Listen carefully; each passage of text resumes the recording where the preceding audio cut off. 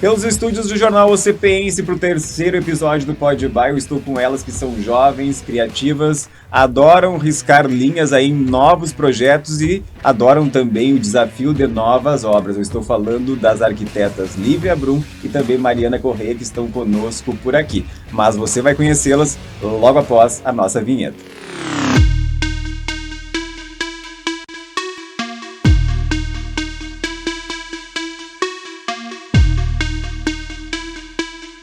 Meninas, sejam muito bem-vindas aos estúdios do Jornal OCPense, aqui pelo terceiro episódio do Pode Bar. Vocês que foram escolhidas e selecionadas aí por ser jovens, talentosas, criativas, de uma área que suscita ainda muitas informações.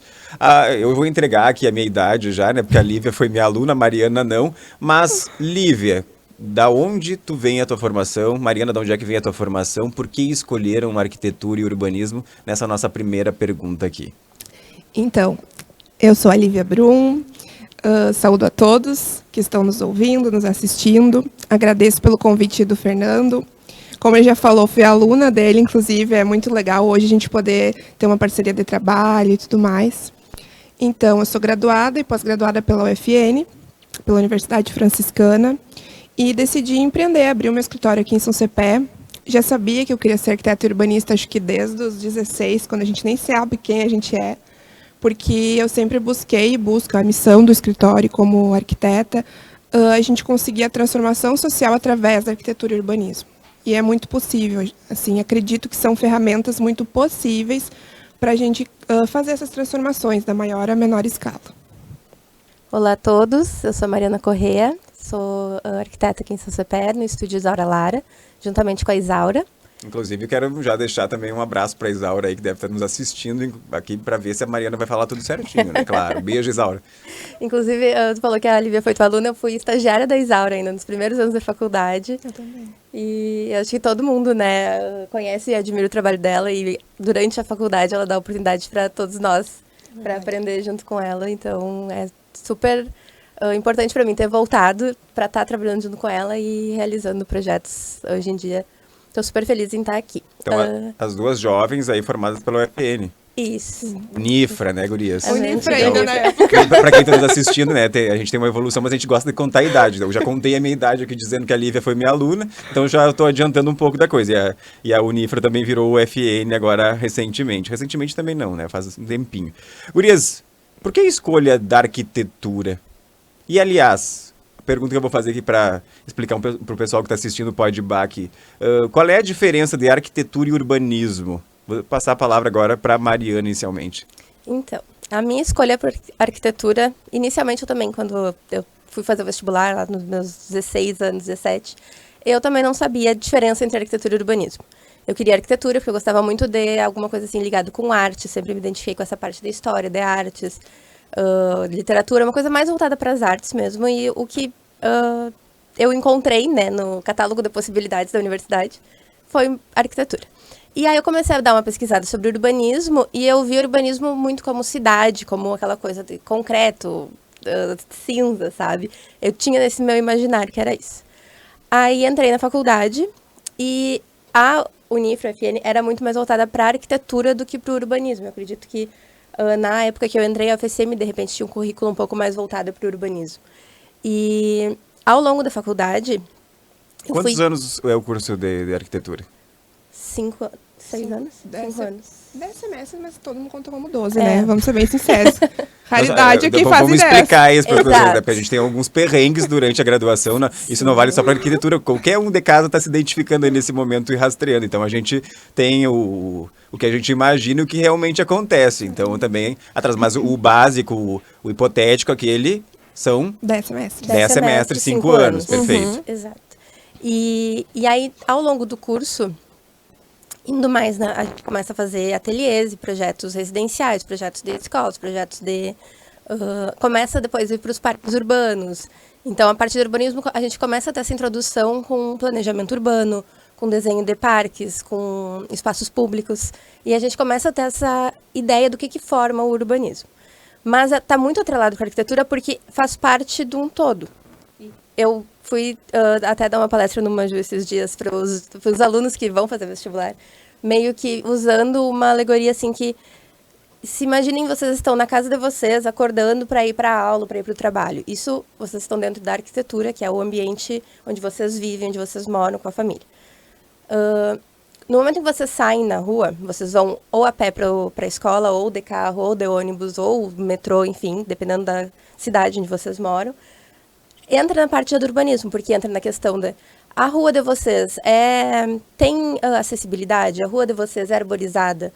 É muito longe para ir a pé? Tem muito carro? Tem faixa de segurança? É seguro andar na rua? Precisa... que pegar transporte público, parar em muitos pontos? Qual é a distância? Essa cidade, como vocês percebem a cidade? É uma cidade com muitos prédios, é uma cidade com mais residencial, então isso tudo já entra no urbanismo. Toda essa parte no momento que a gente sai da nossa casa e vai viver a nossa vida, no contexto geral da sociedade, engloba o urbanismo. Eu acredito que seja uma forma assim um pouco mais fácil de entender assim no dia a dia. Perfeito. E a Lívia Arquiteta nasce quando? A Lívia Arquiteta nasceu, acho que lá no 3º ano do SES, quando eu decidi que queria fazer arquitetura e urbanismo. E eu vim, assim, de uma construção muito engraçada, porque eu não sei, por algum delírio, eu queria fazer paleontologia no 1º ano. Meu Deus. Não sei, sabe? Eu quis, sei lá, aconteceu. E daí depois disse, não, acho que não. Fui para moda, antes da arquitetura e urbanismo, decidi, não, vou fazer moda. Mas eu fiquei, mas moda, eu gosto, mas não é tanto. E aí foi isso, foi exatamente como foi para Mari. Eu gostava muito dessa parte da criação, das artes, e tinha também uma questão muito forte com o social. E aí eu encontrei na arquitetura e no urbanismo, dentro das possibilidades, um curso que iria abranger de uma forma ou de outra todas essas coisas com as quais eu me identificava. Entrei na faculdade super nova, já peguei um período diferente do da Mari, onde a gente já tinha o urbano assim mais forte, onde na arquitetura e no urbanismo, dentro da universidade, a gente já tinha cadeiras mais fortes com o urbano mesmo, e eu me apaixonei por urbanismo. Então, por isso que eu sempre digo, eu sou arquiteta e urbanista, eu nunca me apresento só como arquiteta. É uma área de interesse e é bem o que a Mari falou, sabe? No momento que a gente põe o pé para fora da nossa casa, a gente já está vivendo o urbanismo de uma cidade. Toda a organização dessa cidade, como a gente se locomove, em que lugares a gente vai, como que é o nosso espaço público, ele é seguro, ele é acessível, mais do que isso, ele é seguro e acessível para todas as pessoas, ou ele foi pensado e projetado só para uma parcela da população. Então, a gente vem com todas essas discussões que o urbanismo traz e são muito próximas, como a Mari falou, são duas coisas que se complementam, a arquitetura e o urbanismo.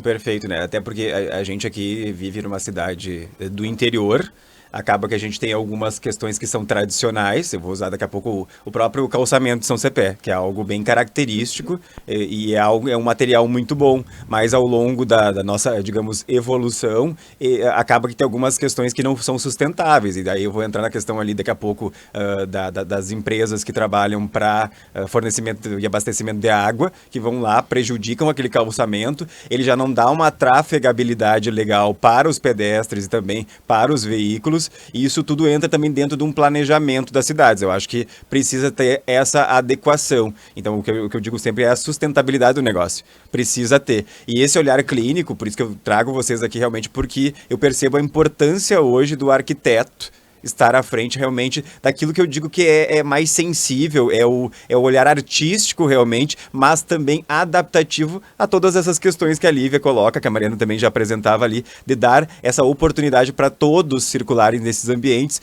com segurança também, não é algo só estético, né? É algo que realmente vai dar essa manutenção para a vida das pessoas.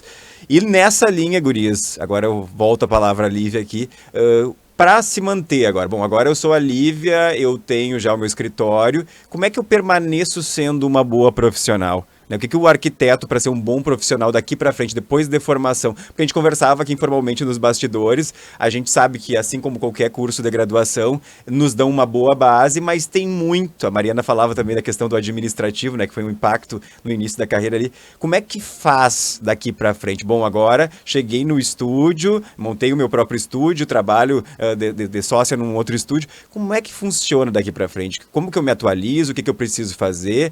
Tem algumas áreas de visões dentro desse espaço para, né, seguir trilhando? Então, essa é uma ótima pergunta, é um questionamento que eu me fiz quando eu me formei. Porque eu me formei e pensei, bom, e agora? Como é que vai ser? Como que eu vou fazer?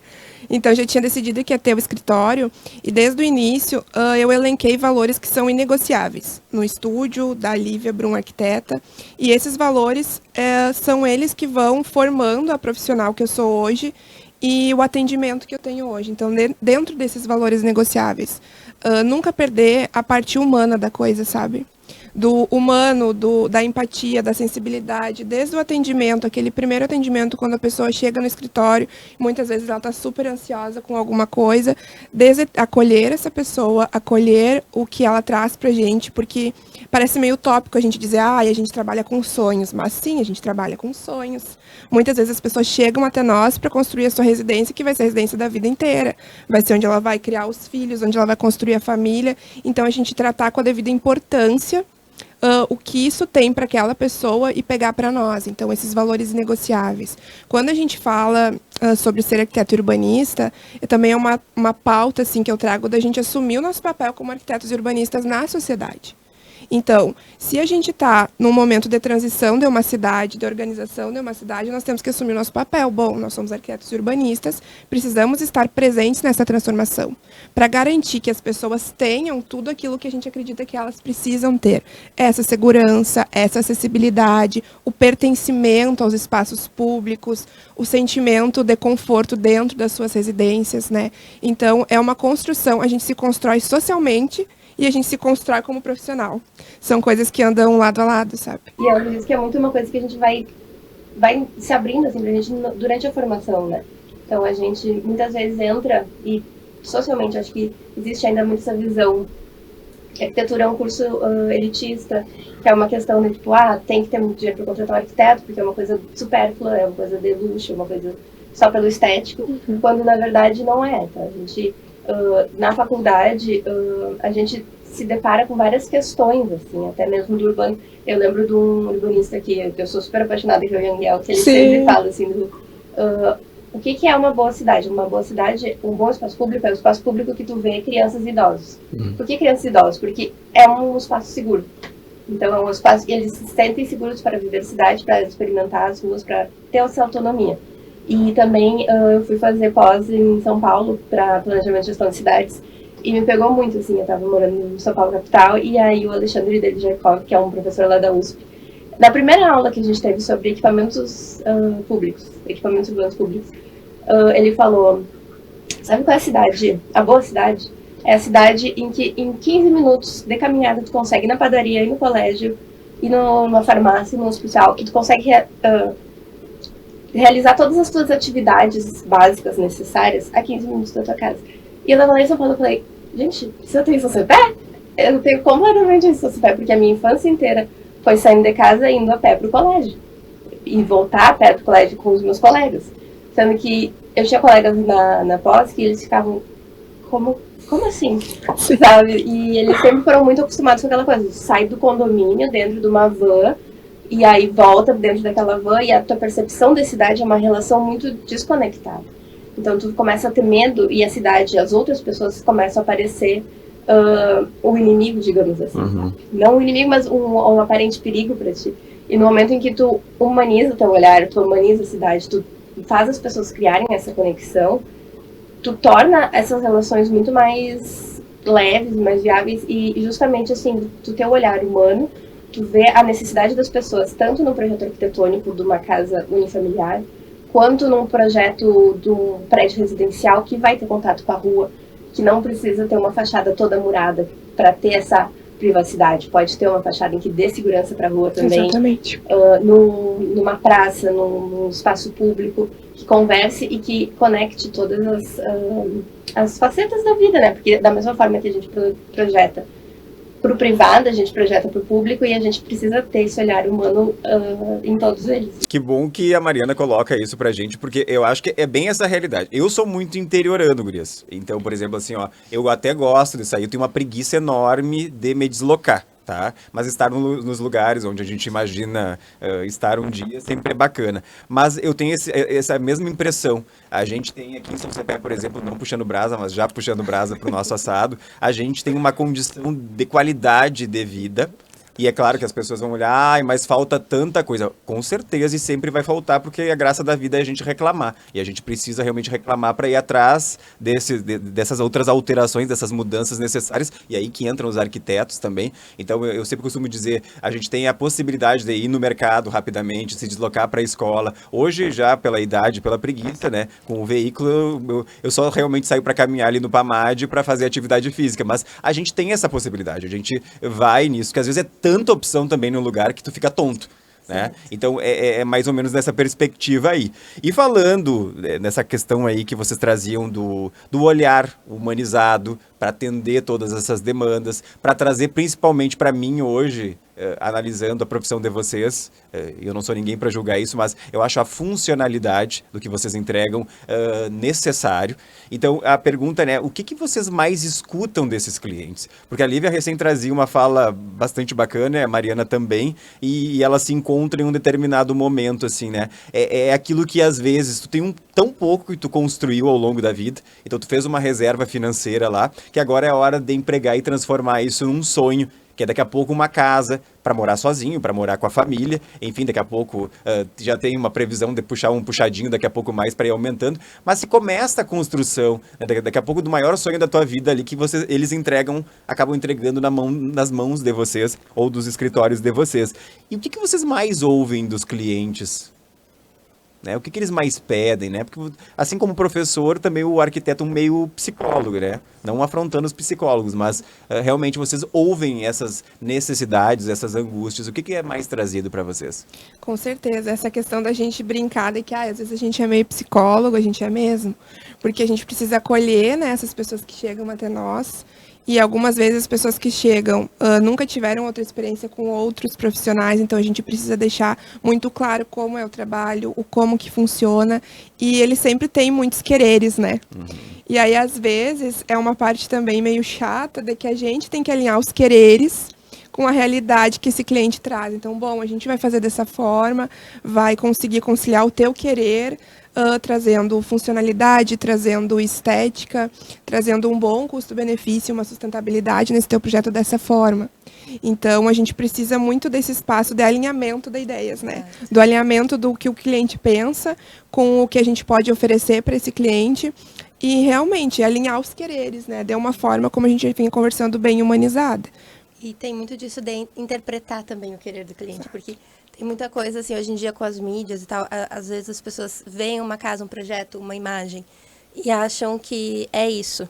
Só que, na verdade, o que a gente precisa entender é o que a pessoa precisa nessa imagem, qual é o desejo profundo que faz ela buscar isso. Às vezes, a pessoa quer uma casa iluminada, uma iluminação natural. É a mesma coisa que eu queria chegar e fazer uma trança no meu cabelo lá hoje com os guris ali da barbearia. Não dá, gente, não tem como. Então, assim, ó, traz pra realidade. É isso. Exato, mais ou menos, né, Maria? É analisar os condicionantes do terreno, analisar, assim, aonde que tu quer ter mais sol na tua casa, aonde que é imprescindível para ti ter uma iluminação natural. É ventilação, ou de repente a pessoa morou antigamente em algum lugar que era muito úmido, então assim, Deus o livre fazer qualquer coisa para o sul, não quero saber da umidade. E entender o que de repente a gente consegue elencar de prioridades para fazer essa negociação, porque, claro, nem tudo é possível, por mais que a gente se esforce o máximo para entregar o que o cliente deseja, né? Mas a gente entender por trás, de repente, daquela demanda inicial, o que realmente é a necessidade que ele precisa para transformar em funcionalidade e depois trazer um projeto que seja esteticamente também bem viável de ser realizado. Aí a gente entra muito no onde as nossas falas se mesclam, que é na escuta, né? Exato. E tu parar e ouvir, entender, escutar, qual é o funcionamento daquela pessoa, ela acorda, ela faz o café da manhã junto, como que funciona, ela cozinha em casa ou não, ela só tem o final de semana para ficar em casa. Então, é bem a escuta, né? Que a gente entra nesse olhar do entender a pessoa e ouvir o que ela tá te falando, o que ela precisa, quais são, né? Essas Exato. prioridades. E também tem muito, a gente já teve alguns clientes que chegaram assim, que a gente gosta muito de reforma. A gente adora casas antigas para reformar e transformar, sabe? E aí a gente teve clientes assim, tipo, não, a gente vai botar tudo abaixo, isso é mais barato. E aí a gente fica, não, pelo amor de Deus, não. A gente consegue transformar. Olha a casa que tu tem, sabe? A gente consegue dar uma nova vida. E é um dos tipos de projetos mais, assim, que nos deixa mais feliz quando a gente termina a obra e a pessoa fica assim, eu nunca imaginei que pudesse virar isso, sabe? Então, isso é uma das coisas que nos traz mais felicidade, eu acho. Não, mas isso mexe com a autoestima das pessoas também, né? Então é bem, Essa bem interessante. transformação. Já teve aquele cliente chato, por exemplo, assim, que chegou pra vocês, odiei o projeto. Tem como fazer de novo? Não, graças a Deus ainda não. Do zero, assim, não. não. É porque isso é uma coisa muito importante da gente entrar nesse assunto. Porque, assim, o processo de projeto, muitas vezes as pessoas desconhecem, o que é absolutamente normal, porque cada escritório tem o seu processo e, às vezes, até pra gente é um pouco complexo de Se organizar no estabelecer processo. essa metodologia. Então, todo o projeto que a gente desenvolve, o primeiro desenho, o primeiro esboço, sempre é baseado nas necessidades do cliente. Pode acontecer do cliente desejar uma coisa em um momento, a gente desenhar, e aí, num outro momento, ele viu alguma outra imagem, recebeu alguma informação de algum parente, amigo que viu alguma coisa e mostrou. E nesse intervalo entre a gente fazer o esboço, ter a entrevista, ter o esboço, apresentar, o cliente vem com outra ideia. Então, isso é muito também da gente explicar o processo. Que, tipo, às vezes ainda não aconteceu. Tipo, odiei tudo, bota fora, vou embora daqui. Ó, zero erros, então. É por isso que a gente está entrevistando elas duas aqui, porque elas estão aí sem nenhum projeto recusado. Não. A gente vai para um intervalinho aqui, daqui a pouco a gente volta, claro, depois dos nossos patrocinadores aí.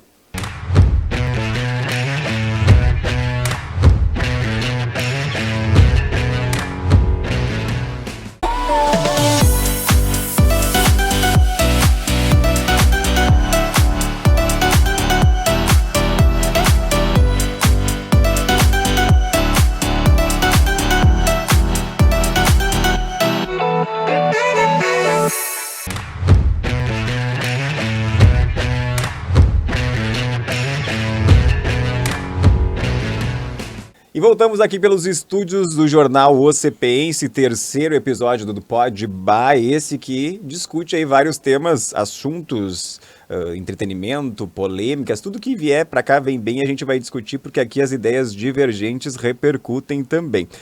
Gurias, arquitetas, eu estou aqui com a Mariana, estou aqui com a Lívia Brum e nós vamos para esse segundo bloco onde eu começo com uma pergunta que todo mundo já deve ter feito para vocês. Eu acredito que inclusive nas próprias disciplinas da universidade, da faculdade, enfim, se tenha, né?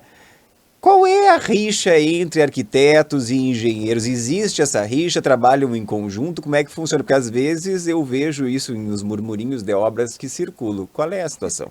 Gente, não existe, pelo amor de Deus.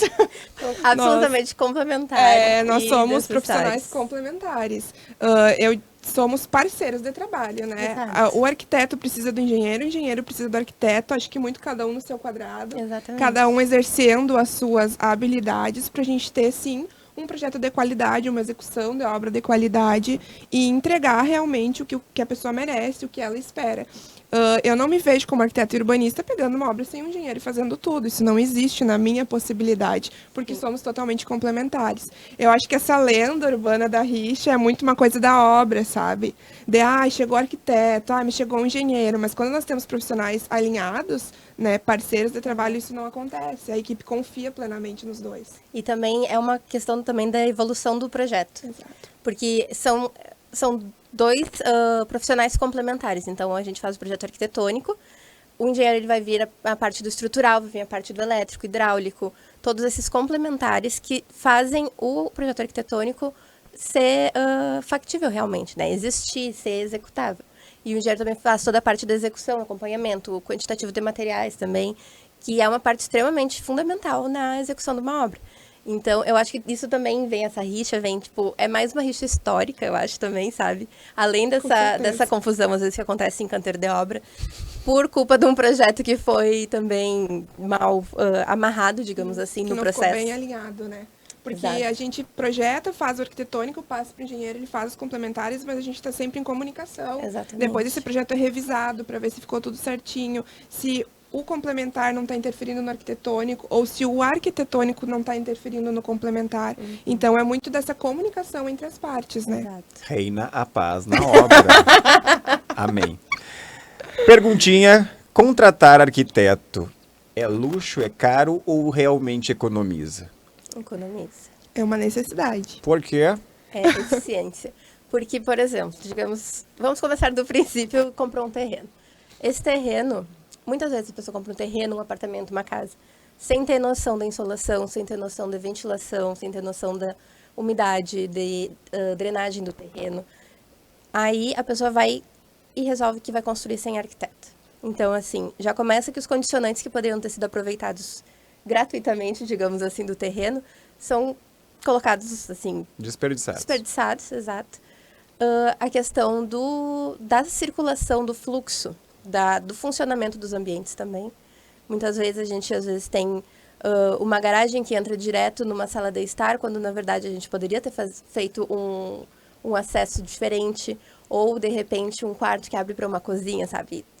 A gente trabalha com áreas de circulação por tipos de acesso, digamos. Setorização, exato. Então, nós vamos ter uma área íntima, nós vamos ter uma área social, nós vamos ter uma área de serviços dentro de uma casa.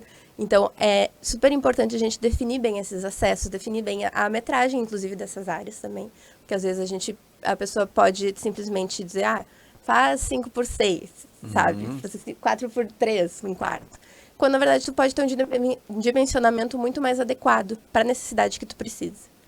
Então, eu acho que economiza, no sentido de tu não desperdiçar o dinheiro que tu investiu num terreno, que tu vai investir numa obra, e principalmente depois também é uma coisa para o resto da vida, né? Até os reaproveitamentos, né? Às vezes, quando é uma reforma, Exato. Então a gente entra, assim, como vocês mencionaram no bloco anterior, né? O cliente lá quer derrubar a casa e fazer do zero, porque alguém disse ou ele leu em algum lugar que é mais barato. Então, essa orientação também, a escolha, daqui a pouco, de materiais diferentes que vão ter a mesma função ali que ele imagina. Então, eu acredito que é por aí, né, Lívia? Então, é o planejamento, o negócio aqui do cliente. A gente ter também, o cliente ter a certeza do investimento, sabe? Que eu acho que é algo que deixa ele muito seguro. Então, bom, eu vou investir um valor X, mas é nisso aqui que eu vou investir. Num projeto que foi bem feito, bem dimensionado, bem zoneado, como a gente chama esse zoneamento, que a gente vai ter uma área íntima, bem direitinha, certinha, separada da área social, que esses fluxos, como a Mari estava falando, eles não vão ter interferências, que a gente vai ter uma casa com uma iluminação natural, uma ventilação natural. Toda essa certeza do investimento deixa o cliente muito seguro. Quando a gente tem essa segurança do investimento, eu tenho uma frase que eu uso para todos os meus clientes, eles vão saber.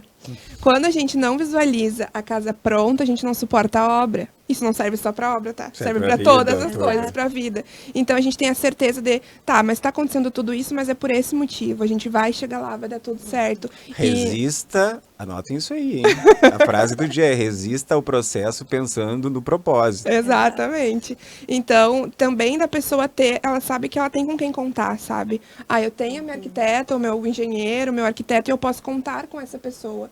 Porque tem todos os anseios que surgem durante a obra. E aí a pessoa chega lá, e acontece muito, deve acontecer com vocês, tá no alicerce, ela acha tudo pequeno. Meu Deus, não vai caber nada, tá tudo pequeno. Não, tá tudo certo, confia no processo, vai dar certo, a gente já planejou antes. Então, tu tem a certeza do teu investimento, né? Também é muito importante não ter o retrabalho depois, aquela coisa do desmanchar e fazer de novo. Mas não ficou como eu queria. Ela já investiu aquele valor, ela vai ter que fazer de novo, porque é para a vida toda, que ela pode ser uma casa para a vida toda, né? E também é uma economia de frustração, eu digo, porque a pior coisa é ter aquela visão mesmo de que quando tu compra o terreno, imagina que tu já vai com assim, vou fazer um mate sentar na frente da casa, sabe? Exato. Tu não pensa nos perrengues do processo. Mas a pior coisa é tu ter investido dinheiro, tá vendo a obra acontecer e ir se frustrando no momento em que tu chegar pra tomar o teu mate, sabe? Nossa, é verdade. Chegou o momento de tu realizar o teu sonho e tu tá frustrado com tudo que aconteceu. Então, eu acho que é uma economia de incomodação, uma economia de frustração. Exato. É só vantagens. E eu acho que tem ainda também a questão do acompanhamento justamente já durante, né? Depois da etapa de, ok, aprovei lá o projeto, estou executando. Então, geralmente, obra é tipo Kinder Ovo. Né? Exato. É uma caixinha de surpresas. Todo mundo que já fez obra sabe a incomodação, enfim, né? Por mais planejado que seja, daqui a pouco tirou um reboco, descobriu que tem um buraco, e agora como é que eu faço isso? Aí consulta o empreiteiro, consulta não sei o quê. Então tem também esse assessoramento que também vai desopilando um pouco a cabeça dessa pessoa, porque ela tá focada lá no trabalho, porque ela tem que pagar o material, ela tem que pagar a arquiteta, ela tem que pagar o engenheiro, ela tem que pagar a equipe toda que trabalha na obra. Então ter isso também eu acho que já desopila aí um pouco, né? Então facilita também, então é bastante bacana. Mas num universo bastante masculino de obras, como é ser mulher e jovem. Existe muito preconceito ainda? Existe. Existe. E eu acho que é historicamente, assim, na arquitetura. Tanto que existe toda essa rixa de engenheiros e arquitetos também é uma coisa Também histórica. disso. E principalmente a parte da mulher na arquitetura, porque quando a gente estuda, falam muito dos grandes arquitetos, o Le Corbusier, Niemeyer, Mies van der Rohe, etc. Onde estão as mulheres, né? Exatamente. E muitos deles tinham mulheres na equipe que entregavam a maioria dos projetos. Claro, eles são nomes expoentes, mas eles tinham equipes imensas por trás. Então, tem muitas mulheres dessas equipes que nunca foram visibilizadas, né? A gente tem uma invisibilidade da mulher. Como a gente tem em todos os outros campos da sociedade, a gente também tem isso na arquitetura e na construção civil. A gente tem uma questão de que a gente sempre precisa, e eu prezo muito também pelo nosso posicionamento. E parece que a gente sempre precisa saber 2 vezes mais, estar 2 vezes mais capacitada, estar 2 vezes mais à frente do que está acontecendo, para te realmente ter aquele respeito para o profissional que está lá na obra. Ele tem que saber que tu sabe o que está fazendo. Exato. Que é uma coisa que no universo masculino, se existe, é muito menos, é muito menor do que essa dificuldade que a cobrança é gente diferente, enfrenta. Então, acaba que é bom, sinceramente, no final das contas é bom, porque a gente precisa estar sempre muito mais preparada, posicionada, entendida do que a gente está fazendo, faz com que a gente busque mais, né? Mais referências, exato. mais É estudo, um mais desafio capacitação. mesmo. E tem muito dessa questão que eu sempre prezo muito pela organização do projeto, Sim. de tu saber o que... Porque às vezes as pessoas, elas estão na obra, mas é muita coisa, e tu chega lá e a pessoa não leu direito o projeto. E aí tu chega lá e explica, e tu demonstra que tu sabe, que tu tá com calma ali, não precisa, sabe? Tipo, não é um problema, um erro que aconteceu.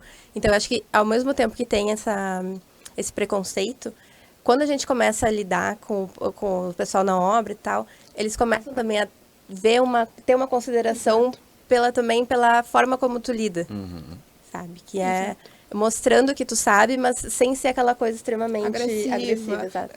Existe uma hierarquia, todo mundo sabe que existe. Mas tu não precisa chegar lá na obra, ai, nossa, eu sou arquiteta fulana de tal, todo mundo aqui responde a mim. Isso não existe. Nós somos todos parceiros. Exatamente. Porque um bom arquiteto precisa de um bom engenheiro.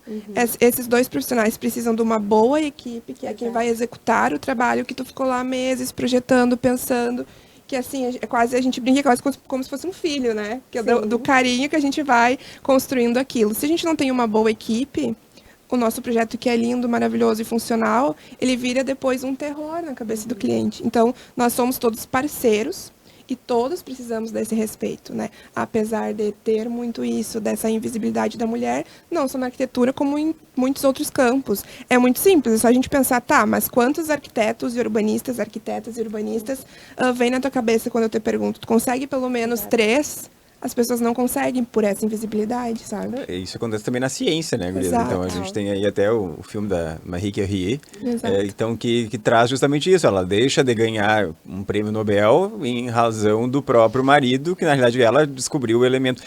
Então são várias faces aí da sociedade que a gente realmente precisa ir confirmando isso. Eu sempre digo muito que eu gosto muito de trabalhar com mulheres, cercadas de mulheres, porque realmente a mente é criativa, mais aberta também, tem essa sensibilidade maior aí e também vai nos instruindo. Então, eu acho que esse espaço ele realmente precisa cada vez mais ser debatido para que futuramente nos livros de arquitetura essas referências já comecem a aparecer com uma maior frequência. Então, o que a gente tinha no passado realmente era essa coisa mais patriarcal da coisa aí, né? Então, a gente vive realmente esse machismo estrutural, ele não pode ser negligenciado e dizer que a gente vive numa sociedade totalmente igualitária, que isso ainda está muito longe de acontecer, mas vocês são responsáveis também, não só pela transformação dos sonhos das pessoas em realidade, mas também pela essa política de afirmação realmente do espaço de vocês. E que bom que vocês vêm fazendo isso. Mas para brincar um pouquinho com elas aqui, essas perguntas aqui eu não entrego para elas antes, né? Mas eu vou trazer aqui nessa etapa do nosso Pod Bar algumas perguntas que eu fui lá caçar na internet, o que eu vou chamar aqui de surtos arquitetônicos. O que eu quero dizer com isso para essas duas jovens criativas aqui? Eu quero dizer o seguinte, porque tem muita coisa que é tendência, tem muita coisa que é moda. Casa é uma coisa complicada porque é investimento, tá? Então, por exemplo, assim, daqui a pouco, como tu vive ali todos os dias, tu começa a olhar para aquela coisa todo dia e ela começa a se tornar maçante. Então, tem certas coisas que tu tem que deixar assim a mais discreto possível para nem lembrar que tá ali. Então, mais ou menos nesse sentido que eu, pelo menos, tenho essa percepção. Então, tem algumas coisas que as pessoas vão na onda porque tá em alta, tá em moda, daqui a pouco, não quero mais, derruba, né? Então, vamos começar lá, eu vou perguntar para vocês aqui, e aí eu quero que vocês vão me dizendo, né, se concordam ou não que é um surto arquitetônico, e dê uma explicadinha, né? Quem concordar e podem discordar as duas, não tem problema nenhum. Tá? Sofá retrátil na sala. Eu acho que não é surto arquitetônico, tá? Vou defender por quê. Mas não parece um Opala estacionado no meio de uma casa? Não. Tem sim sofás retráteis que parecem um Opala estacionados no meio da casa. Mas a gente consegue hoje já, pela evolução que a gente teve, né, no mobiliário, a gente consegue sofás que são bonitinhos, que são mais minimalistas, que são atemporais, que a gente chama, né? Porque tem coisas em um projeto de interiores que precisam ser atemporais. Então, a gente faz o projeto sendo a maior parte dele atemporal, para que vá funcionar agora, daqui a 5, 10 anos, se a pessoa ainda quiser estar com esse projeto.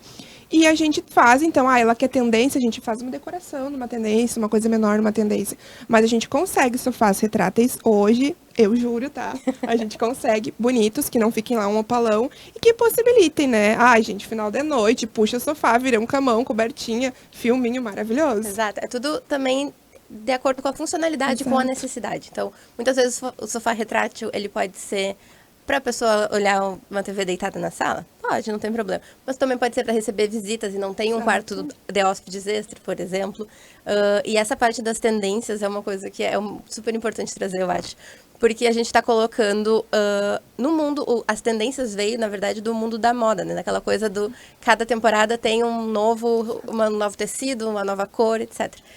E para a arquitetura, também, a arquitetura comprou essa ideia das tendências, que veio da moda, mas eu acho um pouco perigoso no sentido que, no momento que a gente faz uma casa, um prédio, isso é para durar, é uma vida de anos, assim, tem casas de 80, 100 anos, enfim.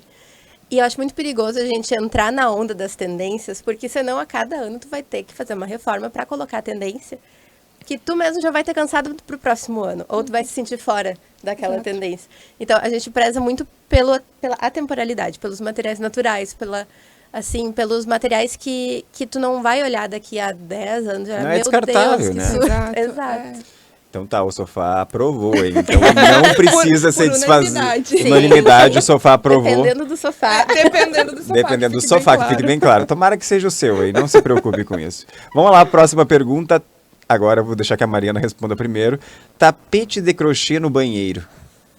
Sabe aquelas coisas que botam ali na tampa da privada, no tapetinho, né? Por exemplo, a minha avó tinha colchas, tudo de crochê. Eu já sou totalmente o contrário. Quanto menos pano tiver pela casa, melhor. Mas e o bendito do pobre do tapete de crochê no banheiro? Qual é a situação dele? Eu particularmente, eu não usaria na minha casa, mas eu entendo quem gosta, porque eu acho que existe muito uma questão de memória afetiva. Exatamente. Porque provavelmente quem fez o tapete de crochê foi uma avó, tia, alguma pessoa que gosta, que é aquela uma atividade que faz bem pra ela, que te presenteou porque tu é uma pessoa... Mas e como se toda essa sutileza, por exemplo, lá se a tia, a avó te deu, mas tu não gosta, como é que faz com aquele presente?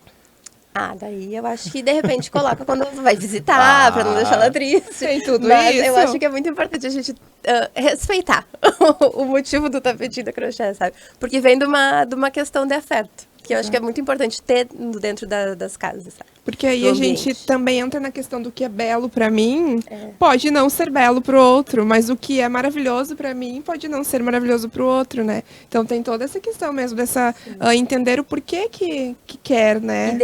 Se identificar no próprio ambiente. Exato. Então, assim, pode ser que eu não goste na minha casa, mas pode ser que uma amiga minha ame e coloque até, sei lá, na cuia do chimarrão, sabe? Exato.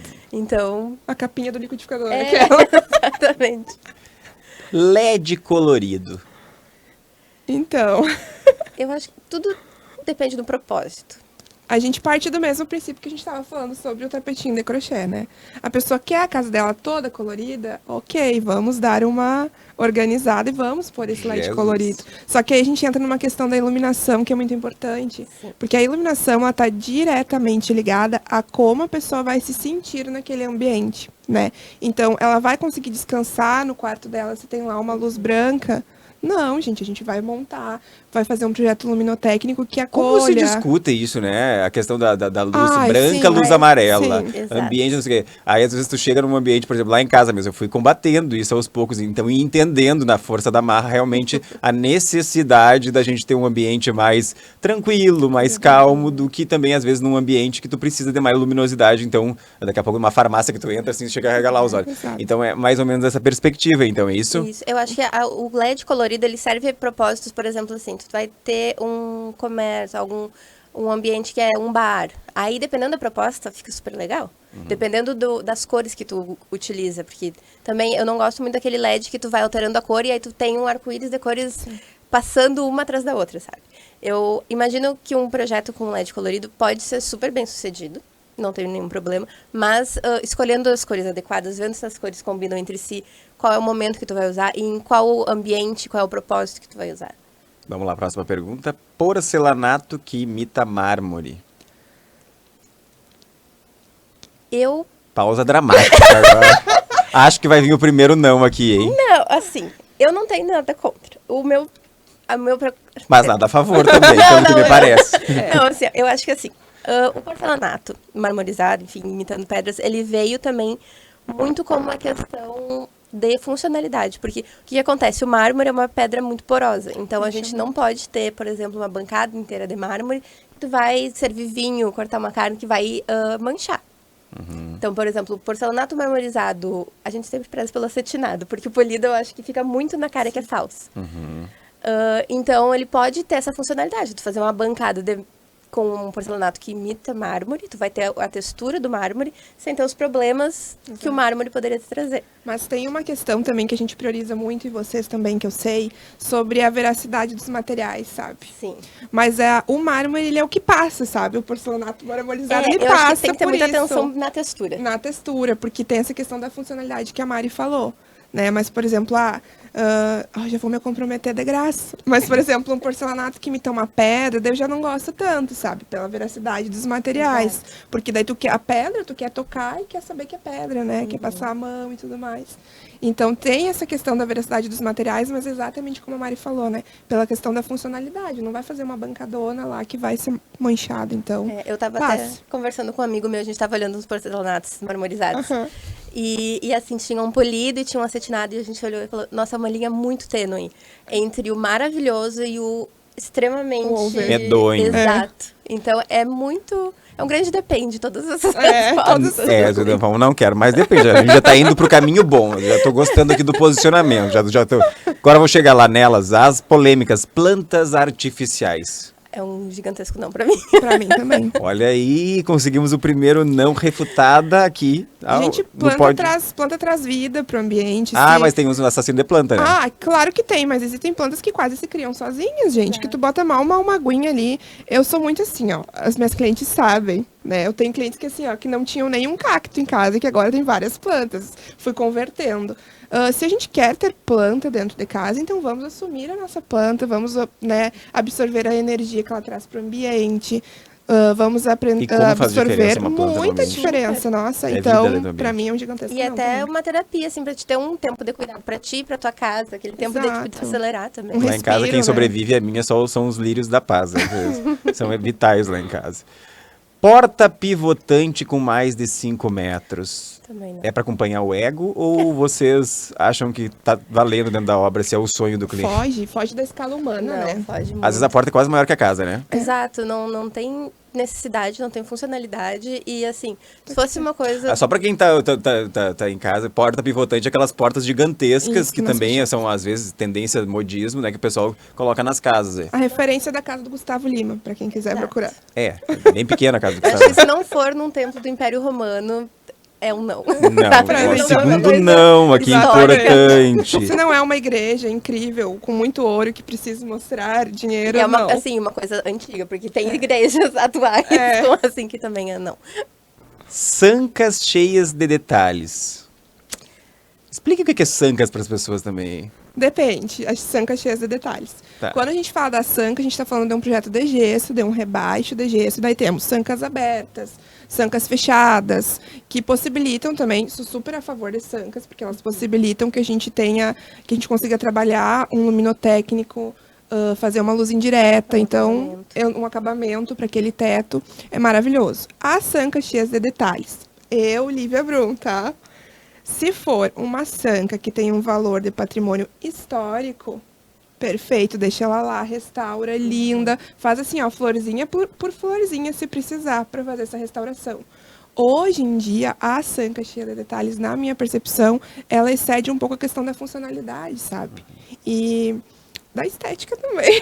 Vai criar poli, né? Da daqui a pouco. temporalidade também, né? É. Assim, uma coisa é fazer um projeto que tenha uma inspiração em alguma coisa que a pessoa gosta antiga, mas que tu use um objeto, tu use uma Exato. obra de arte, alguma coisa assim. Mas tu tentar reproduzir tal e qual um templo antigo na tua casa é fugir da realidade, sabe? Então eu acredito muito nisso. Assim. Se for um restauro, perfeito.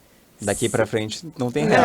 E, É assim, isso aí. Pra gente desenhar a partir Esquece a de hoje, sanca. não. Exato. Ó, só recapitulando, planta artificial, segundo a gente aqui, a gente não, elas, tá? Plantas artificiais não, porta pivotante com mais de 5 metros também não, sancas cheias de detalhes, só as que são de restauro. E agora, pra finalizar, eu vou fazer as últimas duas aqui que nós vamos apanhar. Com certeza, muitos de vocês têm em casa aí. Vou deixar já as duas picando aqui pra vocês responderem aí. Painel ripado e bloco de gesso 3D. Novamente, silêncio aqui no estúdio do Pod. Bah! Assim, 3D eu acho muito Marina chegou a complicado. coçar a cabeça agora. Não, chegou a dar um desconforto. É tipo por onde vamos começar. É, isso Não, aí. painel ripado, assim, depende da quantidade, depende do local e depende do quanto o cliente quer e vai querer lidar com a manutenção dele ao longo do tempo. Exato. Porque o ripado, ele pode ficar muito bonito. E é aquela coisa da tendência que a gente volta a falar. Veio o ripado. Nossa, foi um sucesso. Todo mundo quer ripado em toda a casa. E aí, hoje, aquela coisa do uso em excesso, a pessoa enjoa. Então, assim, pontualmente um ripado localizado, com um motivo, bem iluminado, fica lindo. Concordo, Mas, por 100%. toda a casa, também não dá. E não é funcional no sentido assim, a limpeza de um ripado é muito complexa, porque são fendinhas ali do quê? 5 centímetros que junta pó e a pessoa, às vezes, quer, olhando a imagem, mas depois de ter instalado, a pessoa fica nos odiando, porque suja, né? É tudo parte da quantidade, né? De quanto a gente vai usar essa textura, esse ripado. Eu particularmente gosto, mas como a gente estava conversando, tem um equilíbrio, né? Não vai pegar e fazer um painelzão gigante em toda uma sala, e tudo ripado fica over, não existe. Exato. Então, é que nem o remédio veneno, né? Tudo vai Adoro. dar dosagem. Exatamente. E o bloco 3D de gesso? O 3D, eu acho que entra muito naquela coisa da escolha dos materiais. Voltados mais para uma coisa mais natural, uma coisa mais realista. Acho que o 3D, ele tem uma... Dependendo do 3D, eu já vi algum 3D, assim, que fosse um pouco mais discreto, que até a gente já poderia ter usado em algum projeto. Eu nunca vi. Mas muito, assim, muito Sutil. raramente, sim. É. A maioria dos 3Ds é muito aquela coisa daquela impressão que fica muito marcada. É Então, aquilo que a gente estava conversando. Pra mim, o 3D de gesso é um grande não, tá? Eu não também não curto, gosto. não gosto. Não passou. Mas, então, se a gente quer essa textura, que é o 3D, então a gente trabalha com um elemento natural, trabalha com uma Exato. pedra. A gente consegue ter o mesmo efeito do 3D, mas sem ser essa coisa artificial, sabe? Que parece que só colou lá. Então, E por mais que às vezes a gente tenha esse posicionamento de tipo um grande não, às vezes o cliente quer muito porque Exato. ele ama o efeito. aí Então, a gente faz um grande sim. A gente faz, tipo, tá, então vamos negociar esse 3D, sabe? Vamos conter um pouco esse 3D no projeto, mas vamos realizar essa vontade. Exato. O poder do convencimento. A gente vai encerrar aqui esse bloco. Já voltamos na sequência para o último bloco para saber um pouquinho mais dessas duas jovens brilhantes arquitetas aqui de São Cepé.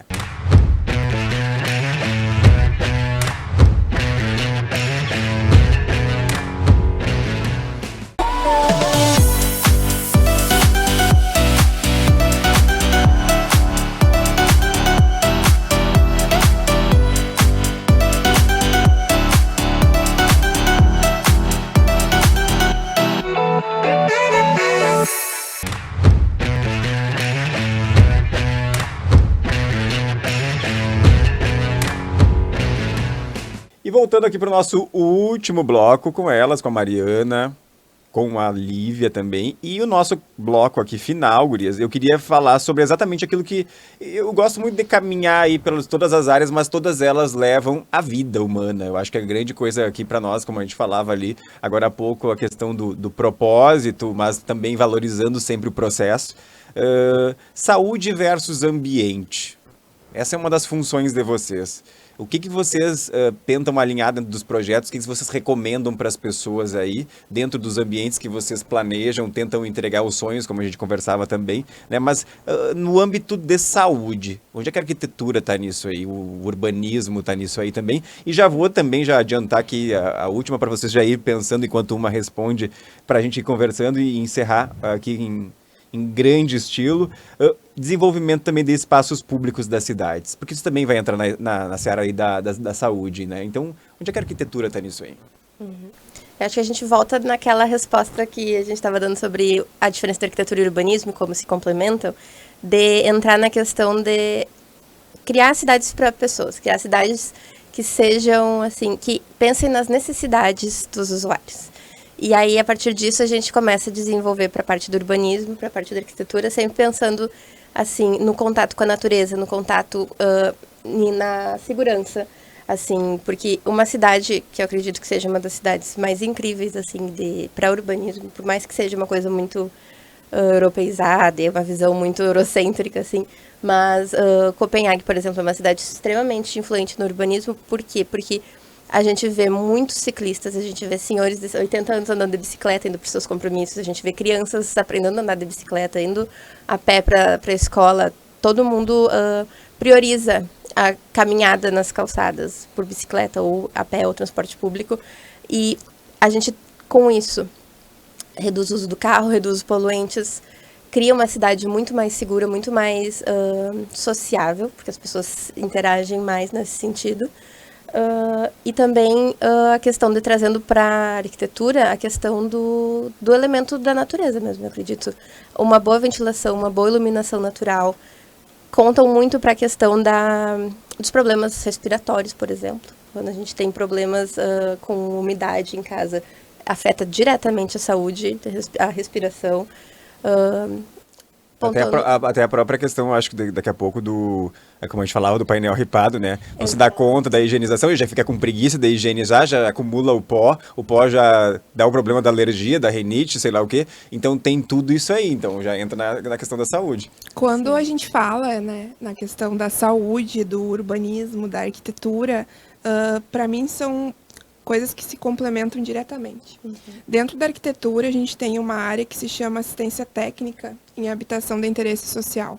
Porque daí a gente vai muito mais além e muito mais profundo, sabe? Eu arrisco a dizer que, se nós tivéssemos cidades que são pensadas para todos e por todos, e a gente conseguisse chegar num bairro onde o saneamento básico está em dia, onde todas as pessoas têm unidades sanitárias, a gente diminuiria muito lá a sobrecarga que a gente tem no Sistema Único de Saúde.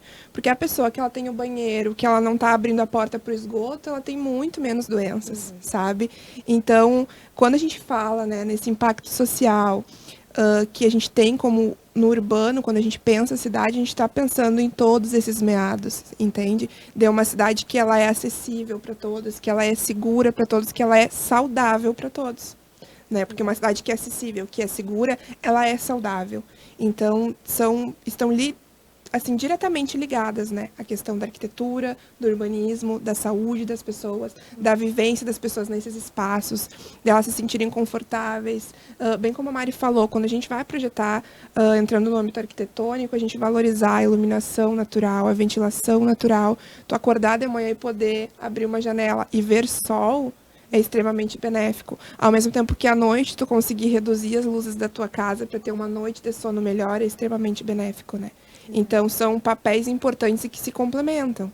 E até mesmo Mas aí não adianta estar lá com a luz baixinha, um ambiente legal. E o celular. E o celular na cara, assim, questão de rolando o hábitos. TikTok até o final, né? Então, isso aí também é uma questão que a gente tem que repensar, porque às vezes a gente faz tudo, né, na técnica ali, e de repente você está equivocado aqui. Exato. Gurias, assim, eu nem programei isso, mas vou perguntar para vocês aqui. Então, nosso programa também aqui, ele tem algumas coisas. Pensem rapidamente aí agora. algo que vocês, dentro do urbanismo da nossa cidade, vamos pensar em São Cepé, tá? Então, fazer uma análise aí, vocês da casa também, né? Um espaço que realmente, hoje, daqui a pouco, não está 100%, mas se encaminha para isso, que vocês realmente encontrem esse espaço que versa da funcionalidade, que atende o que nós conversávamos ali, da criança ao adulto, com segurança, com tudo aquilo ali. Existe isso hoje na nossa cidade? O que vocês têm de boas referências aqui? Pode ser prédio público, particular, privado, espaço público, qualquer coisa que vocês pensem aí como algo que prospera. No meu entendimento, a gente tem, sim, algo muito próximo a isso. Claro que de uma forma muito simples, mas que é muito eficiente, que é o PAMAD, tá? Eu entendo o PAMAD como um espaço acessível, entendo o PAMAD hoje como um espaço seguro. Quando a gente fala em segurança de espaços públicos, a gente fala muito em iluminação e linhas de visão. Então, a gente não tem, assim, uma linha de visão. Quando a gente entra no PAMAD, a gente consegue ver o todo. Para a gente que é mulher, isso é muito importante também, que tem um olhar diferenciado da cidade, né, e da nossa vivência. Então, no PAMAD, a gente encontra aquilo que a gente estava conversando, das crianças e dos idosos no mesmo espaço. Da interação e da presença de ocupantes, que também dá mais segurança. Exatamente, porque no momento que a gente requalifica um lugar e as pessoas ocupam esse lugar e elas se sentem pertencentes a esse lugar, a gente traz segurança. Porque os crimes não vão acontecer no meio de um monte de gente, onde tem gente circulando, onde tem gente usando o espaço. No momento que a pessoa se sente pertencente a esse espaço, ela também cuida desse espaço. Ela coloca o lixo na lixeira porque ela gosta de ir lá, ela gosta de chegar lá e estar organizado, e poder levar a criança na pracinha, e poder caminhar na pista, poder jogar lá em cima. Então, eu acho sim que a gente tem algo muito próximo do que a gente esperaria de ser o ideal com o PAMAD, sabe? E eu acredito também que a revitalização dos espaços públicos aqui de São Cepé é uma coisa extremamente importante que eu vi depois que eu voltei para cá, eu voltei em 2020. Então, o PAMAD, que foi revitalizado, puxando agora o assado para mim também, a revitalização da biblioteca, que foi um projeto que a gente adorou fazer, que para mim é muito importante no sentido assim, eu sou uma pessoa que eu adoro ler, e eu vi na leitura muito do horizonte se abrir para mim, em questão de descobrir mundos e possibilidades, que eu acho que é extremamente importante para nós que somos do interior, e às vezes a gente não tem tanto contato com sair daqui e ir para outros lugares, etc. Mas a gente vê mundos possíveis através da cultura, através da leitura, através dessa abertura e do convite realmente de espaços públicos na cidade a trazer esse interesse, né? Desde das crianças até os adultos. A praça eu sempre vi como um ponto extremamente fundamental da cidade, assim, não só como um marco histórico, mas também como aquela coisa de domingo tá todo mundo na praça com essa cadeira de abrir, tomando mate. É uma coisa que eu tenho um carinho imenso, assim, que eu mesmo morando em outras cidades maiores, assim, a gente via praças, claro, em outras cidades, né, que tem esse pertencimento também, mas aqui eu acho que talvez eu só identifiquei isso nas outras cidades, porque eu já tinha tido isso aqui desde muito pequena, sabe? Esse senso de comunidade, eu acho que vem muito. Até porque, né, um dos fatores de quando a gente mede qualidade de vida é a qualidade dos espaços públicos, né? Exato. Então, é muito bom, porque a gente sonha muito, né? Então, é muito bom quando a gente vê as pessoas utilizando os espaços na nossa cidade, sabe? Quando a gente vê as coisas que deram certo, quando a gente vê, mas isso está próximo do que seria o ideal. É tão bom, sabe, a gente poder ter essa vivência aqui na nossa cidade. Verdade. Porque eu brinco muito. Eu me considero uma cidadã do mundo. Eu gosto muito de viajar, de conhecer, mas eu gosto muito também de voltar para cá sempre, sabe? Porque a gente tem essa coisa do pertencimento da comunidade, de vivenciar a cidade, que é algo que a gente estava conversando, que a gente pôde fazer isso desde pequena, de vivenciar, de ir na praça, de ir com a bicicleta, dos pais ficarem tomando mate, da gente poder ir para a escola a pé. Isso é muito importante, é algo que a gente tem aqui. E para encerrar como colaboração também para São Cepé daqui a pouco, né? Com certeza com vocês como moradoras, e a gente como bom brasileiro adora reclamar, que pontos frágeis hoje vocês já podem detectar na cidade que poderiam mudar, qual é a sugestão de vocês para que os governantes, futuros governantes aí também se antenem às autoridades e a própria população daqui a pouco, né, também colabore nesse sentido, porque a gente é um todo, né, da mesma forma como vocês com os engenheiros e também com a equipe de obra fazem um conjunto para que dê tudo certo, a sociedade também, acredito eu, que seja dessa forma. Então, o que tá assim, ó, que precisa realmente ainda de vamos replanejar, a gente está aí na emergência de um plano de mobilidade, então também pensar São Cepé para o futuro. Então, o que vocês percebem com o olhar sensível de vocês, artístico de vocês aí, para que as coisas tenham funcionalidade? O que está faltando ainda? Eu percebo a nossa cidade muito num momento assim de divisor de águas, sabe? De que, bom, a gente pode agora, a partir desse momento, planejar o futuro da nossa cidade. Como ele vai se organizar, o que a gente espera. Porque a gente tem um certo crescimento, são muitos loteamentos, são muitas casas sendo construídas. Então, como que a gente vai organizar a nossa cidade para essas pessoas? Quando a gente fala em o que eu acho que a gente poderia melhorar, bem tu recém falou, né? A gente tem um plano de mobilidade urbana bem definido, bem feito. Poderíamos também, uma coisa que eu vejo muito assim, quando a gente anda como pedestre, se a gente tivesse um plano de arborização, seria maravilhoso para a nossa cidade como um todo, que chegasse do centro aos bairros. E acho que assim, a gente está já na eminência de começar a discutir as questões de habitação em São Cepé, sabe? De que qual que é a vulnerabilidade que a gente tem de pessoas na situação de habitação. Eu faço parte do Conselho Municipal de Habitação aqui de São Cepé, no qual eu estou presidente, e a gente bate muito nisso, sabe? De como que a gente pode melhorar, né? Para a gente sair do micro lá da habitação e poder atender todo o macro, né? Do nosso planejamento da cidade. Bem importante essas discussões para agora e para o futuro. Sim, e justamente, tu falou do divisor de águas, a gente vem, depois que eu me mudei de volta, eu até me assustei com a expansão da cidade. Exato. A cidade está expandindo e eu não tenho visto, assim, essa expansão, além dos terrenos residenciais, enfim, levarem também a questão dos espaços públicos, a questão das escolas, a questão de todos os equipamentos públicos urbanos que são necessários ir acompanhando Exatamente. essa expansão, sabe? Então, a gente tem expansão de bairros e de residências e de moradias, mas a gente também precisa dessa expansão de acesso à cultura, acesso à saúde, acesso à educação da mesma forma, no mesmo grau. Mesma qualidade, né? Eu acho Também. que ofertar para as áreas periféricas também tudo isso. Exato. Eu digo, o termo sustentabilidade, ele não vale só para meio ambiente, ele vale até para esse crescimento das próprias cidades aí. Exatamente. Senhoras, hora do merchan de vocês, a hora de agradecer também a presença de vocês aqui. Para nós foi satisfatório estarmos aqui, esclarecermos assuntos importantes também, deixarmos também mais claro para quem vê o Pode Bar aí da importância do arquiteto no desenvolvimento, não só da saúde, da sua organização familiar, mas também das cidades e desse desenvolvimento sustentável. Então, por favor, olhem para esta câmera agora, digam os arrobas de vocês, quem quer, siga vocês lá, por favor, acompanhe as tendências aí, o que pode, o que não pode, para não estar botando panta de plástico, painel ripado, se não há necessidade. Eu acho que essa também é uma das missões aqui. Exato. Então, eu sou a Mariana. Nosso escritório, então, é o Estúdio Isaura Lara. Nós estamos localizados ali abaixo da Pracinha da Corsã, na rua Capitão Emílio Jaime de Figueiredo. E aguardamos vocês para tomar um cafezinho. E o arroba? O arroba. Hoje em dia tudo é no arroba, né? No Instagram. É @estúdio.isauralara. E tu, Lívia? Onde é que a gente te acha? Então, o nosso arroba lá no Instagram, nas nossas redes sociais, é arc.estudiocreativo com E. E o nosso escritório fica localizado ali na Teobaldino Tatis, 166, no meio da quadra depois do hospital, aqui a gente só lida com referências, né?